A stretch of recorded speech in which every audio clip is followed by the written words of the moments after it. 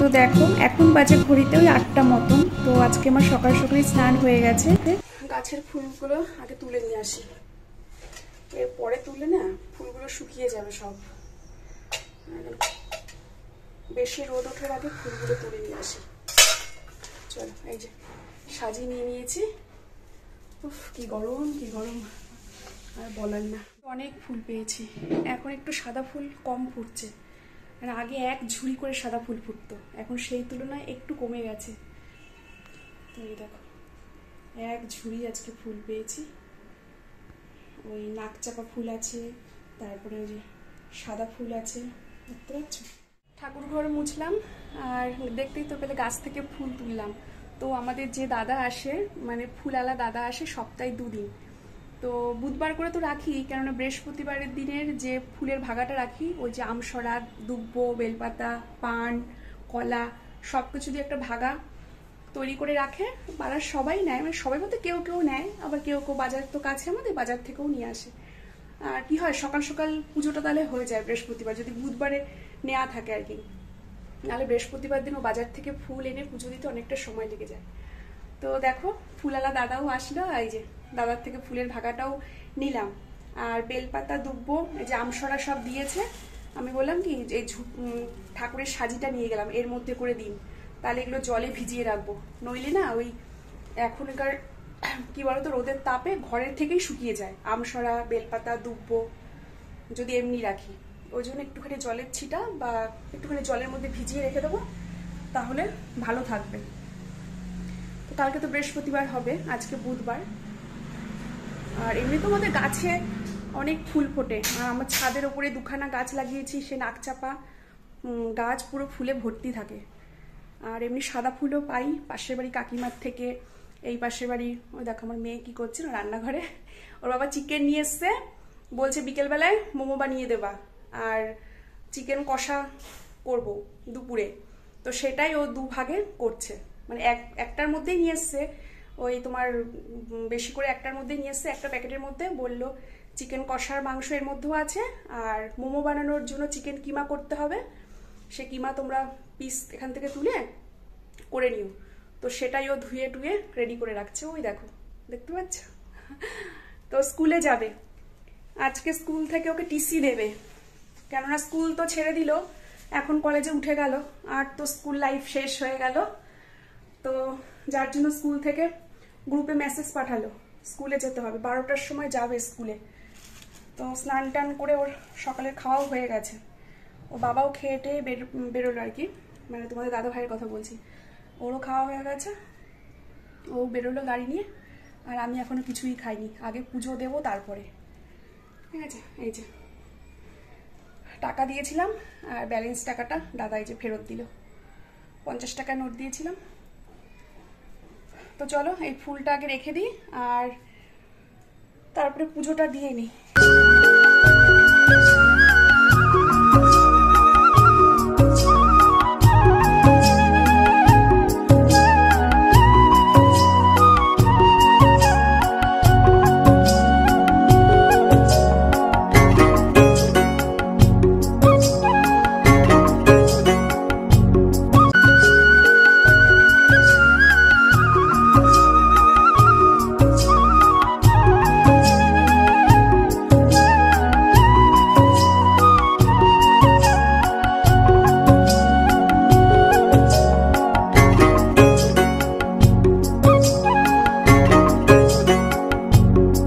স্নান করে এসে যতক্ষণ না ঠাকুর পুজোটা না দিতে পারি, মনে না শান্তি লাগে না।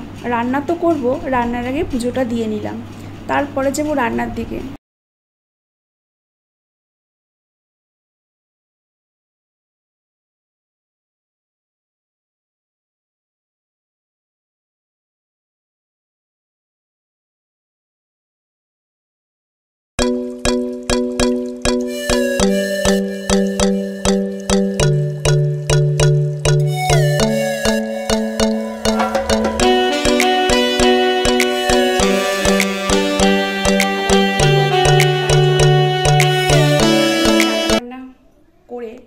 গা না ধুলে তো ভালোই লাগে না। যেহেতু আজকে অনেক সকালে স্নান করেছি, ঠাকুর পুজো দিয়ে দিয়েছি, একবার তো সকালে করেছি, কিন্তু গরমকালে মনে হয় জল ঢালতেই থাকি এরকম। তো রান্নাবান্না সেরে এই যে ফ্রিজটা আজকে খুব সুন্দর করে মুছলাম। ভাবলাম কি যে শুধু ওপর মুছে রাখি, তারপরে ভাবলাম না, সব কিছু খুলি, মানে যে থাকগুলো থাকে আর কি ফ্রিজের, সব কটাকে খুলে নিয়ে কলপারে গিয়ে ভালো করে নরম, ওই তোমার কি বলে, নরম যে প্লাস্টিকগুলো হয়, একদম নরম যে প্লাস্টিকগুলো, সেইগুলো দিয়ে ভালো করে সাবান জলে ধুলাম। ধুয়ে ওইখানে জল ঝরতে দিয়েছি। প্রথমে ভাবছিলাম কি ওপর মুছি, তারপরে আবার কি কাজ করতে করতে আমার এরকমই হয়, থাক করবোই না, ভালো করেই করি, লেগেছি যখন ভালো করেই করব, এরকম একটা হয় আমার মধ্যে। তো সেরকম একটা নোংরা হয়েছিল না, মানে হয়তো ফ্রিজের মধ্যে সব সবজি টবজি জিনিস রাখা হয়, তো মাঝে মাঝে তো খুলে পরিষ্কার করলে ভালোই হয়, তাই না? তো একদম ঝা চকচকে হয়েছে। আর ফ্রিজ থেকে সব খালি করলাম, যা মানে একটু খাবার দাবার আচার টাচার ছিল, ওই সস ছিল, জলের বোতল ছিল, সব ভিনিগার টিনিগার সব থাকে না, হ্যাড্রা সব নামালাম, নামিয়ে পুরো খালি করে আর সকালে উঠে ফ্রিজটাকে বন্ধ করে রেখেছিলাম। তো এখন চালাবো, এখন সব জলের বোতলগুলো রাখবো, আর যে জিনিসগুলো ছিল আর কি সেগুলো সব ফ্রিজে রেখে তারপরে ফ্রিজটা অন করব। বাবা গরমে একদম পাগল অবস্থা। আর ওই যে ফ্রিজের থাকগুলো মুছে এই ধুয়ে ওই যে ওইখানে জল ঝরতে দিয়েছি, পরে ওগুলো সব সেট করব, এখন না, ওগুলো সব বিকেলে করব। তো রান্নাবান্না তো অনেক আগে সেরে নিয়েছি। মেয়ে স্কুল থেকে আসলো, ওই বললাম না যে টিসি দেবে আজকে, স্কুলে যেতে হলো, তো ও আসলো 1:30টার সময়, এসেই বলছে মা খেতে দাও, প্রচন্ড খিদে পেয়ে গেছে। আর যেদিনকে মাংস হবে সেদিনকে তো ওর আগে খিদে পায়, জানো তো, যে কোনো মাংস, চিকেন হোক মাটন হোক, মাংসর গন্ধেতে ওরা আগে খিদে পায়, মানে অন্যান্য দিনের তুলনায়। শুধু আমার মেয়ে বলে না, তোমাদের যাদের ছেলে মেয়ে আছে তারাও এরকম করে, তাই না? আমরাও ছোটবেলায় এরকম করতাম। অন্যান্য দিন মানে একটা টাইম থাকতো খাবার, কিন্তু যেদিনকে মাংসের গন্ধ নাকে আসতো সেদিনকে তাড়াতাড়ি বলতো মা ভাত দাও বলতেই থাকতাম, মানে খিদেটা যেন বেশি করে তাড়াতাড়ি সেদিনকে পেয়ে যেত মাংসর দিন। তো চলো খাবার দাবারগুলো বেড়ে নেবো। আর রান্নাঘরও পরিষ্কার হয়ে গেছে, ওই দেখো গ্যাস ট্যাস ওভেন তাক সমস্ত কিছু একদম টিপটপ করে নিয়েছি, সমস্ত কাজ কমপ্লিট। ঠিক আছে, বেশি কিছু রান্না করিনি, কচুর শাক ছিল ঘরে, জানো তো, ভাবলাম যে কচুর শাক করবো, কিন্তু গরমে কচুর শাক কাটা, সেদ্ধ করা, রান্না করা অনেক হ্যাপা। আর 2 পদের বেশি না এখন করতেও ইচ্ছা করছে না, জানো তো, খেতে তো ভালোই লাগে কচুর শাক, কিন্তু এই কাটার জন্য করা হলো না। এদিকে হাঁড়িতে আছে ভাত, আর সকালবেলায় আজকে আম মুড়ি চিড়ে এই খাওয়া হয়েছে। আর এদিকে হচ্ছে কাঁকরোল ভেজেছি। কাঁকরোল ভাজা খেতে না আমার দারুণ লাগে, কাঁচা লঙ্কা দিয়ে গরম ভাত দিয়ে মেখে, এই যে কাঁকরোল ভেজেছি।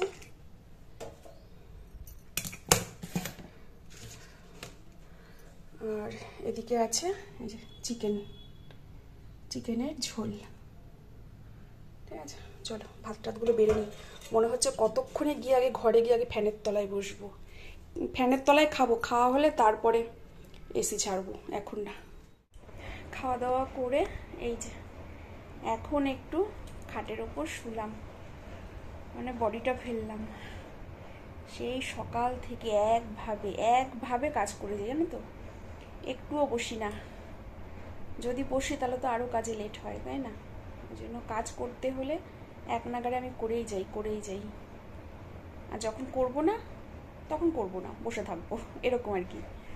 তো শুরু করলে আর থামি না। তো মানে তখন মনে হয় কি কাজ বাজ একবারে শেষ করে তারপরেই একটুখানি বসবো, না হলে একটু শোবো, এরকম। তো যাই হোক, খাওয়া দাওয়া তো কমপ্লিট হলো, এখন বাজে 3:45।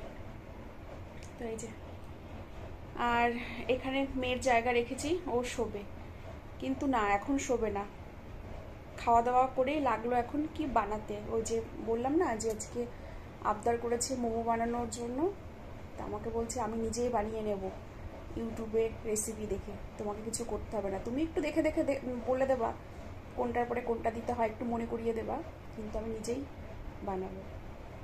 খাওয়া দাওয়া করে ওই যে চেঞ্জ করলো, করে এই যে বসে গেছে রান্নাঘরে, দিকে খুটখুট করছে, বলছে আমি ঘরে নিয়ে এসে ওই যা করতে হবে, গরমের মধ্যে করতে পারবো না, ঘরে তো এসি চলছে, ঘরের মধ্যে নিয়ে এসে রসুনগুলো আমি ছাড়াই, স্যুপ বানাবে।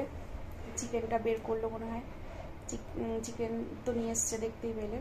স্যুপের জন্য আলাদা করে কিমা করে রেখেছে, ওটা এখন মোমোর জন্য করবে। আর আমি একটু রেস্ট নিই, তারপরে আবার বলে দিতে হবে যে এইটা কর ওইটা কর।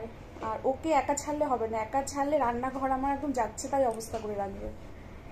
একটু নজরদারি রাখতে হবে ওর ওপরে, ও যে না হলে রান্নাঘরের হাল খুব খারাপ করে ফেলবে। আমি সাথে থাকবো, যতটুকু যা করে ওই করবে। একটু রেস্ট নিয়ে নিই, হ্যাঁ, পরে আবার যখন বানাবে তখন তোমাদেরকে একটু দেখাবো, ঠিক আছে? দেখো ঘরের মধ্যে নিয়ে এসে পেঁয়াজ রসুন সব ছাড়িয়েছে, দেখেছো? এগুলো সব পরিষ্কার করতে হবে।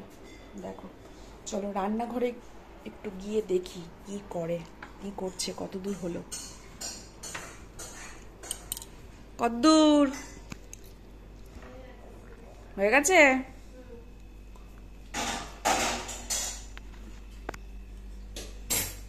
কি হলো এখন? স্যুপ হলো? ভেতরে আছে চিকেন। ভেতরে চিকেন আছে? ঠিক আছে, থাক, ঠান্ডা হোক। চিকেনের কিমাটা করে নিচ্ছে, মোমো তো বানাতে হবে, তো সেই জন্য আগে কিমাগুলো করে নিচ্ছে।